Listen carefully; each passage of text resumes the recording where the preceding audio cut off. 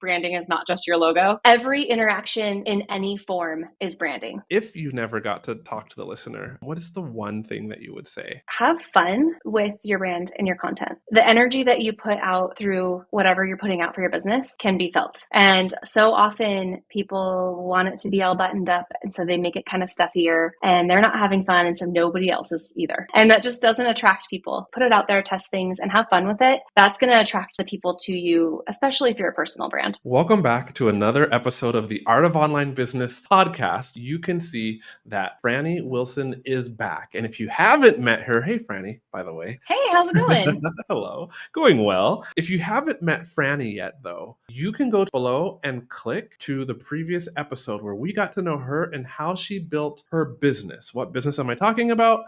She is the co-founder and chief visionary officer of Ampersand Studios, a full-service branding agency and photography studio based in Boise, Idaho, serving small businesses in the Treasure Valley and beyond. Folks, she has been running business since 2009. That would be 15 years back in the past up through now, and has had many different business experiences, quite a few of which we talked in that previous episode, where you can get to know her and see how she built this one. But in this episode, Frannie's going to share misconceptions and the biggest mistakes that she has seen when it comes to branding a company or personal brand, because she's branded over 300 and over 1,000 have worked with her in her online programs. So Frannie, welcome back. Aw, thanks, QUÄY.jo. Good to be here with you still. Still, right? Like, that's the thing, is we've been having the greatest of conversations, and it is now going on 45 minutes since we finished recording the previous episode. Yeah, so we're going on 2 hours of just hanging out together. But Which, we like to hang out. We always hang out. I know. Yeah. I always enjoy our time together. Likewise. So tell the listener, please, like the misconceptions and biggest mistakes that you see when it comes to branding. But first, can you define what branding is? I one of my favorite reels that we made you loved it so much that you decided to make it an ad for us, is that, you know, that meme with Matthew McConaughey where he's like, Fugazi, whatever. That, and then I put Do that again. put this like Do that again, please. Fugazi. I don't know. Is that what he says? Something like that. So he's like, it's true. It's fairy dust. It's not even real. It's like that meme, right? And I put on there like us trying to explain to our clients that branding is not just your logo. And it is this feeling, it is this fairy dust. It's like this all-encompassing bubble that you are in. And Seth Godin has a quote that we absolutely love, and I always fall back on to answer this question. And it is, every interaction in any form is branding. And I just love that, because from the very first time somebody hears about you, whether it's social media, whether it's an ad, or being referred to by a friend or trust somebody else that they trust, whether it's, you know, stumbling upon work that you did for somebody else or whatever that is the very first touch point that you have with them. And then does that line up? Is it aligned with the next interaction and the next interaction and the next interaction? And do they all fit together in a cohesive little nice package with a bow? Like, if we have this first impression and then somebody decides to make a purchase and then they show up and they get a service or a product that doesn't match what that expectation was that they were given at the beginning, then there's an incongruency with the brand happening somewhere in that space. So it's about the expectation that you set. That's definitely the first part, right? We have to deliver on what was expected, at least as good as what was expected, not less and not too much more, honestly, because really our brains are just not super excited about anything that's a surprise or unexpected in the first place.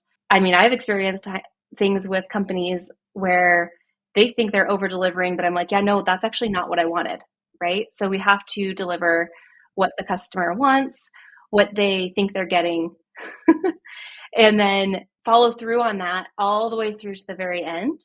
And then nurture it enough to where they become a loyalist.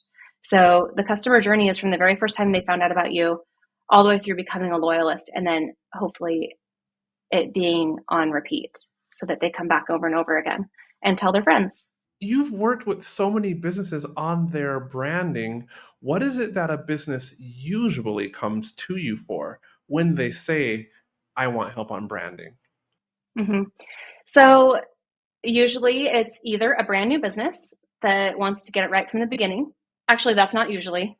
that Okay, is so they're that usually is sometimes. Usually they have DIY'd it themselves to get things going, and they're at a point now where they are either established and they need a rebrand because their branding is outdated, their ideal customer has completely changed, maybe their business model has changed, they're offering something totally different now, and they need to come out like with a punch. They need to make a splash, they need to get some attention, so they want a new brand to release this whole thing. So a lot of times it's a rebrand, or they're like, okay, this isn't working.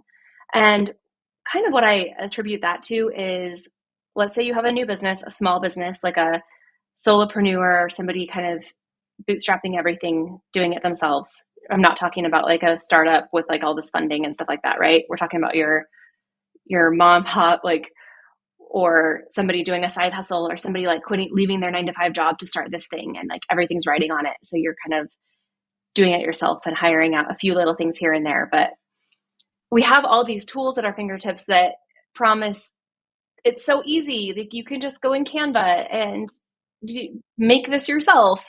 The barrier of entry is so low. There's all these templates everywhere. There's like Squarespace and all these like websites. You can just, all of them are giving this promise of have your website up and going in an hour. And it's really appealing because you're like, okay, I have all these things to do and I just want to start taking clients. So that's the biggest mistake I see, is these business owners are like so excited to get things going. They're like, that looks good. Love it. Let's just fill out the copy and publish it. And then they go to Canva, they create some graphics. Maybe they hire somebody on Fiverr. You're totally just, we call it flavor of the week. Like jumping on design trends based on what's trending right now and what you're attracted to. And it can work. Like, you can get your business up and print some whatever packaging really quick, and everything can just be so fast. The turnaround time is just crazy. So then you end up with this sort of piecemealed together brand that works at the beginning, because what happens is a lot of times these businesses will launch and they'll have a lot of excitement around the launch. Their friends and family are sharing it. You've got your network, your people that are on your inner circle, and they're going to support you at the beginning, and they're going to help lift that up and share it with their friends and maybe buy some stuff from you or join your program or whatever. And then after like a little bit, kind of so you get excited, you get this dopamine hit. You're like, yes, like, I remember our grand opening for our store when we first opened our retail store 6, 7 years, how many years ago it was. And there was a line out the building down the street. Literally the grand opening day, we did more sales than we ever did in one day ever again. Because of the momentum, the excitement, right? The excitement, the novelty of it. And so that happens. And then once that wears off, they come to us and they're like, okay, now I realize I have to start building trust with strangers instead of just my inner circle that already trusts me and that knows I can deliver. So that's what a brand is. It's figuring out a way to build trust with people who have never heard of you. And the only way to do that is by being really clear with your message, by being really consistent with your visuals so that it can be memorable, recognizable.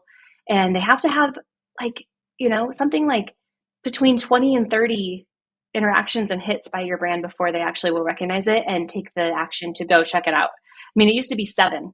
They used to say 7. Now it's like, who knows if we can even measure that. And if you are putting out content all the time and running ads and doing all these things and it all looks different, it's almost like, when we're driving around town and we see all these different cars driving by, but if you see that one bright yellow Range Rover in your town, and then you're going to see it all the time, and you're like, okay, I see that same car, that's got to be the same person. How many times am I seeing the same person every day and not realizing it because there's nothing remarkable about it and there's nothing memorable about it. So that is really, in a nutshell, what a brand can do for you. And it's not a slap it up in 5 minutes process. It has to be thoughtful, has to be really intentional, and then you have to stick with it and follow through. So getting people to commit to something that maybe doesn't feel so trendy to them in the moment that they want to do because they're so excited about that thing that they are into, like really like vibing with a certain color right now or something. Let's think about why we're choosing that color. And then is it going to live up to the test of time? It doesn't mean that you can never add some more colors or change things up a little bit, but we don't want to do it just because we're like attracted to something at the moment. There's so much that goes into that. What stuck with me is that you said building trust with people that have never heard of you. Branding. Yeah. And building trust isn't just like that takes time. And there are a lot of ways that you can do that. There's a lot of things like, especially with social media, right? So maybe this is a biased thing because I have a branding agency and a photography studio business, but I believe that the fastest way to elevate your brand and build trust with people is by replacing stock photography with photos and video of you and your actual face, voice, people, processes, products, all of that. Proprietary content, not stock photos. And not only can you control the visual aesthetics of it, like whether it's moody or bright and airy or whatever kind of editing you're going for, it's actually you. So like, how could that not build trust with people? And I think people can really suss out stock photography. It just has that look. Yeah. I mean, yeah, like the guy with the Britney Spears microphone, like customer service, like at the computer. And I think there's a time and place for stock photography, like maybe in your slide decks for a keynote presentation and you need a picture of something that, yeah. But on your website to showcase your products and services and on your social media, I really feel like everybody could benefit from a really well executed brand photo shoot where they have a library of assets and obviously digital assets that they can have in their back pocket, all their logos in all the different colorways, separated out, different color schemes, like in a Canva brand kit so that you have parameters and rules to kind of like guide what you're doing so that you aren't starting with a blank canvas, just like, oh, I'm going to use this random template. Okay, hold on. What does that mean when you talk about different logos and like can you break that down for me and the listener? Like just for logos, give me an example of like improper versus proper branding for a logo.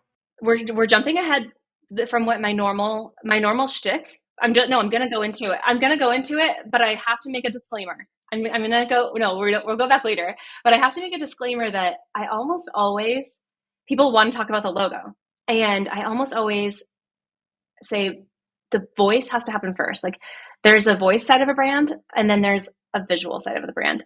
So we always separate our teachings into we do a service called Brandstorming, which is brainstorming for your brand. Obviously, it's like a full day session, and we dive deep into all of these things. And really, the voice part of it, the brand messaging, it has to happen first, and then you can create the visuals. But anyway, Let's go to the voice. Let's go to the voice. Now you got me hooked. I'm not going to be typical, so let's go to the voice. Okay, cool. And then I'll give you tips about like what makes a good logo. Sure. I mean, I was more just curious, like what you meant by having a logo in all these different spots, and I was intrigued by that. Yeah. No, But that's I'm okay. also I intrigued can by the answer your voice. question. Okay, so my question now is voice, because I had no idea branding had to do. So, what do you mean voice has to do with branding? Oh, it has everything to do with it. So the way that we explain what we do has to make sense in a way that makes the person you're trying to help understand it. So it doesn't matter if I necessarily can explain it to my mom in a succinct way. Everybody's like so obsessed with this like elevator pitch that is, I help and then fill in the blanks, da da da. So that love it. That's step one. Step two, that's something I can explain to my mom and anybody, right? That is super valuable, and we need to be able to explain it that way. But then our messaging is taking that statement and thinking about how our ideal customer wants to hear that message. So when a good example is like Amazon. I could give you an explanation of like what Amazon is. It's an online marketplace where there's lots of different sellers that come together to one website, and they have, really, 2-day shipping if you sign up for Prime, blah, blah, blah. Like, I could explain what Amazon is, right? Well, the messaging of Amazon is very clear and specific for the type of person who wants to shop on Amazon, which is somebody who wants something really fast, and they don't necessarily care about quality. We maybe a little, but we're going to look at the reviews. We're going to pick something, but I'm not going for this like artisan, custom, really well thought through product, right? Amazon's messaging is all about convenience, speed, variety. We're never going to hear Amazon putting out messaging talking about quality. We're never going to hear them talking about luxury, or any kind of like concierge customer service or help or anything like that, right? They're just going to hammer in quick, variety. That's pretty much it, right? What was the other, like, all of their advertising is going to be about that. So on the other hand, like, maybe we have Apple. Apple's going to talk about innovation. They're going to talk about like the form and function of their products, and like everything being the latest and greatest. They're never going to sell you about price. They're never going to talk about price. Like, you're never going to see an ad from Apple that's like talking about a sale or a promotion. So that's because the customer who's purchasing Apple isn't necessarily out there looking for deals. The person shopping for Amazon is looking for deals. So I don't know. Am I going off too far? Like, I mean, what I'm hearing is you're talking about consistency in voice, what you're saying and what you're portraying about your own business, like what sort of things you talk about, and that's part of branding too.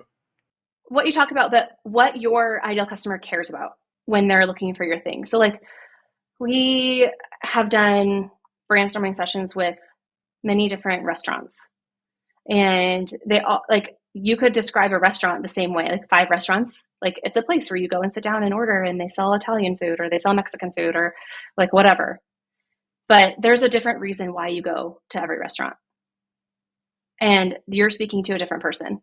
So if that person is a college student and they want a place to come and chill and like play cornhole and watch the sports games or whatever, our messaging is going to be directed at those motivations, and maybe not even talking about the food. Maybe we're not talking about the menu at all. Maybe we're not talking about the experience of the chef. And maybe we're talking in a different tone, and we're using different language, and we're using different, like, we're speaking in a way that that person is like, oh, hell yeah, I need to go to that restaurant. So it's about tapping into what motivates them to go to a place and how their best friend would explain it to them. Okay. And so depending on the business, what I'm hearing you say is if we're talking about restaurants and brand is voice, then depending on that restaurant, they might not even be talking about the food. And that's their branding. Wow. Yeah. And then that will come into, so like, once you kind of figure that out, which people have these aha moments. They're like, I don't get it. Like, we've been all this and putting all this money and energy into developing this menu and bringing in the right wines and all this stuff. And it's like, okay, whoa, you've got a lot of different people that you're talking to here. And so when we're not clear about who that is and what they care about, it's really hard to see that when you're the business owner and you've kind of accumulated all these things. And like I said, like, the people have so much stimuli all day that we're like, you're talking about all these different things all the time. They can't pinpoint that you're the one that talks about this over and over and over and over again. So yeah, it's powerful. People have these aha moments in our brainstorming sessions, and I'm like, I just repeated back to you what you just told me about your restaurant, but I'm hearing it with fresh eyes and going, so what I'm hearing you say is people come here for like a chill, fun vibe place to play cornhole and hang out with their friends. It's a watering hole for the local college kids. Like, they don't really care about like the Gruyere cheese on the, like, that's a bonus. They like that. you can highlight that sometimes, but your messaging that's repeated over and over and over again, that one thing that you always come back to, needs to be the motivator that they're looking for. And when we talk about ideal customer, I have a different definition of that as well, in that we like to invite people to think about their ideal customer as the person who will most benefit from your product and service. Because it kind of just like reframes it to be really thinking about how we can serve the customer the best.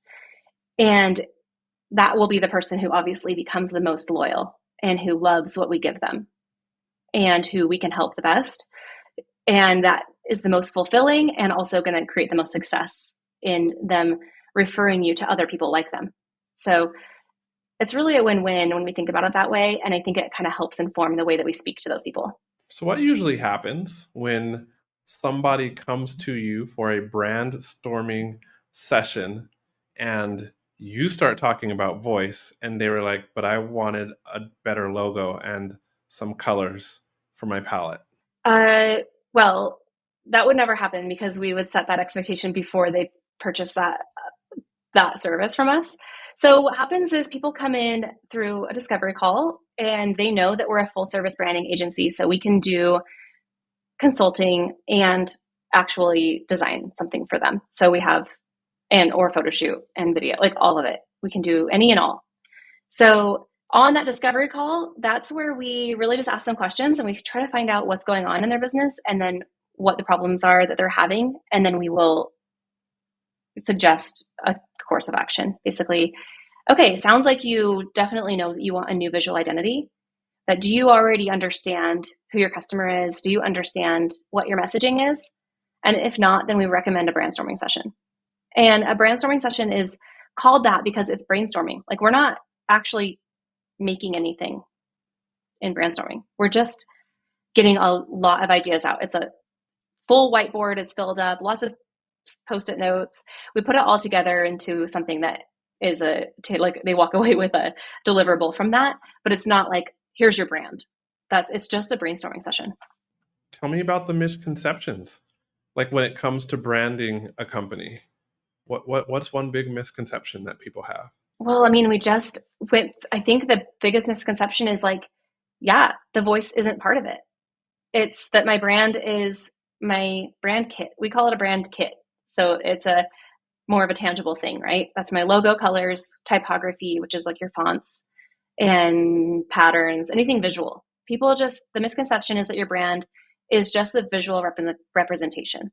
So if I took the visual branding of Coca-Cola and put it on Lexus, something would feel wrong. Very wrong, yeah. So it's not just your colors and your logo. I like that.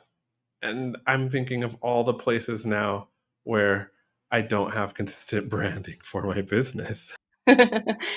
Well, yeah. And I think so with the visual branding part of it, like a misconception there is like, oh, I can just create something that I like or that represents me, especially for a personal brand. Or people think I want to do something so different than everybody else in my industry.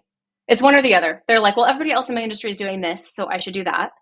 Or everybody else in my industry is doing this, so I should do something completely opposite. And both are problematic because I need like an example of like a type of like let's see, I don't know, like a men's deodorant company. Okay. Why are you talking about deodorant? So we've got our classic Old Spice, and then we've got all these other ones that are very masculine looking. Like I imagine like the Dove men's line. They're like dark masculine colors and these kind of, or they're like earthy, but they're like usually black, gray, blues, greens. So if you wanted to go against the grain and launch a hot pink men's deodorant, there'd probably be like men would probably see that and be like, I don't think that is trying to target me. I don't think that I'm the customer for that. So it's like, as we're scrolling through social media and we're seeing ads and stuff, we're making these super quick split decisions that we're like, oh, that I have been conditioned my whole life to know that this aesthetic is catered to me. So I will disqualify the things that aren't. So if I see an ad for like something from like Cabela's that's for outdoorsy men in camo, I'm immediately going to be like, keep scrolling. That's like not something I'm interested in. Right. And so we don't want to go so far the opposite side that people will disqualify it themselves as being the customer.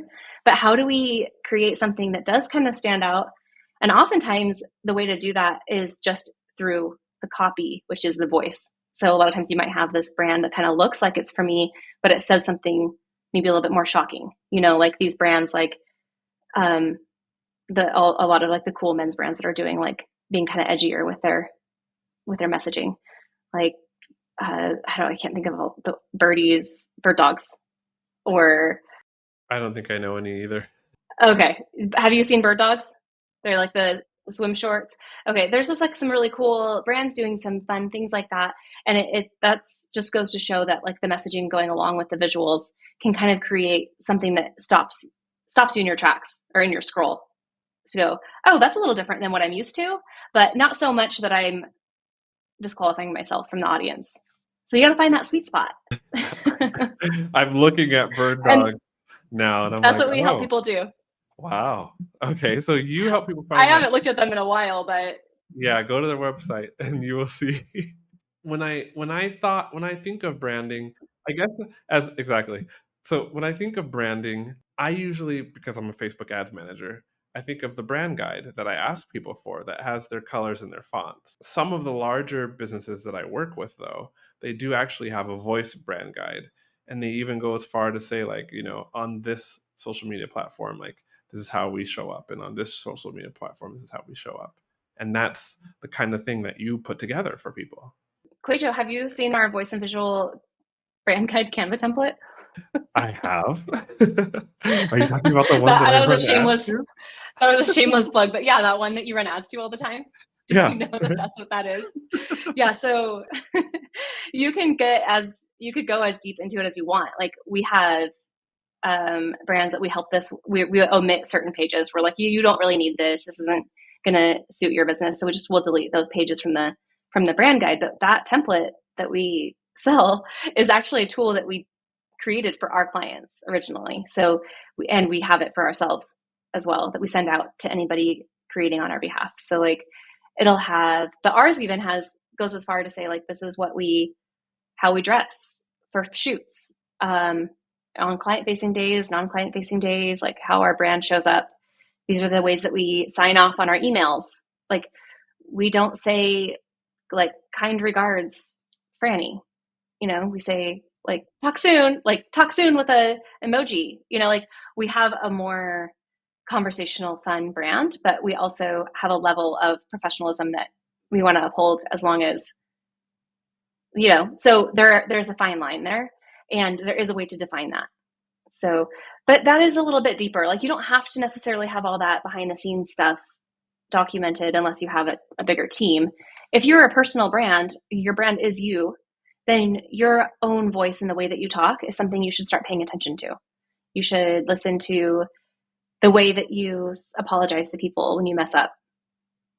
Like, would you go to your friend, like if you stood them up for lunch and say like, um, we apologize for the convenience. Your friendship is of the utmost importance to us. That doesn't sound natural. You wouldn't say that. So think about that and then write like that. So I always like to write my emails or website copy or anything. I'll write it first and it will come out in the professional jargon way that we're so conditioned to see businesses writing. And then I'll kind of like put on my brand goggles and be like, okay, how would I really say this? How would Ampersand say this? And kind of like comb back through it again and put some personality in there. Tell me about your brand persona quiz, please, because I think the listener should hear about this. I mean, that's a really great place to start. I feel like now this whole a podcast episode is turning into like an ad for my lead magnets, but you know what? Totally not. They're great. Like, they're so great. It's totally not. But listen. We need to address this though. First of all, I know you're here talking about branding. Second of all, I know, and I have some really great tools for people. Yeah, like I have really great tools that I created poured my heart into. So our brand persona quiz is a great place to start because it actually, just taking the quiz informs you about some things about yourself. Like, even without getting the results, it makes you think, okay, if my brand were a pair of shoes, like what would it be? Is it Converse? Is it high heels? Like, that tells me a lot about your brand. And as kind of trivial as that sounds, if I'm sitting in a brainstorming session, and I haven't actually ever asked somebody it like that before, but I might try it now. Okay, if your brand were a pair of shoes, what would it be? And if they say, like, Prada stilettos, I instantly have a new association created for that brand. If they say barefoot, I have a very different brand in mind and a different audience. So our quiz asks questions like that, and then also some word questions. There's some picture ones and some word ones. And you kind of like get to find out what that personality is like, how professional, how dialed in does your verbiage need to be. Obviously, if you are working in some kind of industry, where we work with a lot of businesses that have compliance issues, like, they can't be too fun. They have a lot of compliance where they have to be really careful what they say, like financial institutions or insurance, like anything like that, where there's like a governing body over them, making sure that everything they say is aligned with the industry, then it's a little trickier. So this can help figure out where you can infuse some personality, where you can't. And then it spits out a little PDF guide, depending on the personality that you got, to give you some tips on how to lean in and how to avoid the pitfalls that some of those personalities can fall into. Okay. All right. How somebody can get in touch with you and continue to learn about branding, please tell. But before you do that, if you never got to talk to the listener again, if they never got to hear you again, what is the one thing that you would say? Have fun with your brand and your content. The energy that you put out through whatever you're putting out for your business can be felt. And so often people want it to be all buttoned up, and so they make it kind of stuffier, and they're not having fun, and so nobody else is either. And that just doesn't attract people.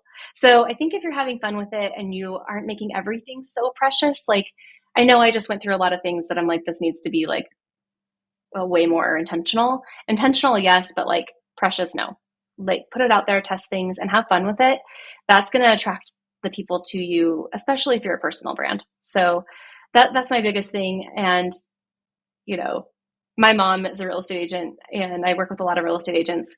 And she has this personal brand that is so well known because she's been an agent in Boise for like 30 something years. And she's known as being this like kind of pit bull, like nothing gets past her. She's super thorough.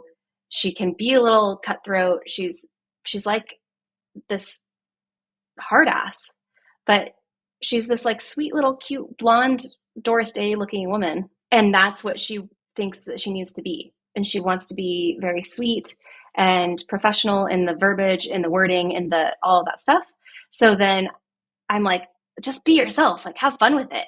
Like, that is actually going to attract the people that, and so, but in her day of building her clientele, she didn't have to use social media to do that. So she's fine. She's got a clientele built up. But I think that's what I see a lot is, trying to kind of put on a mask or a different, more buttoned up version of ourselves, which makes it less fun.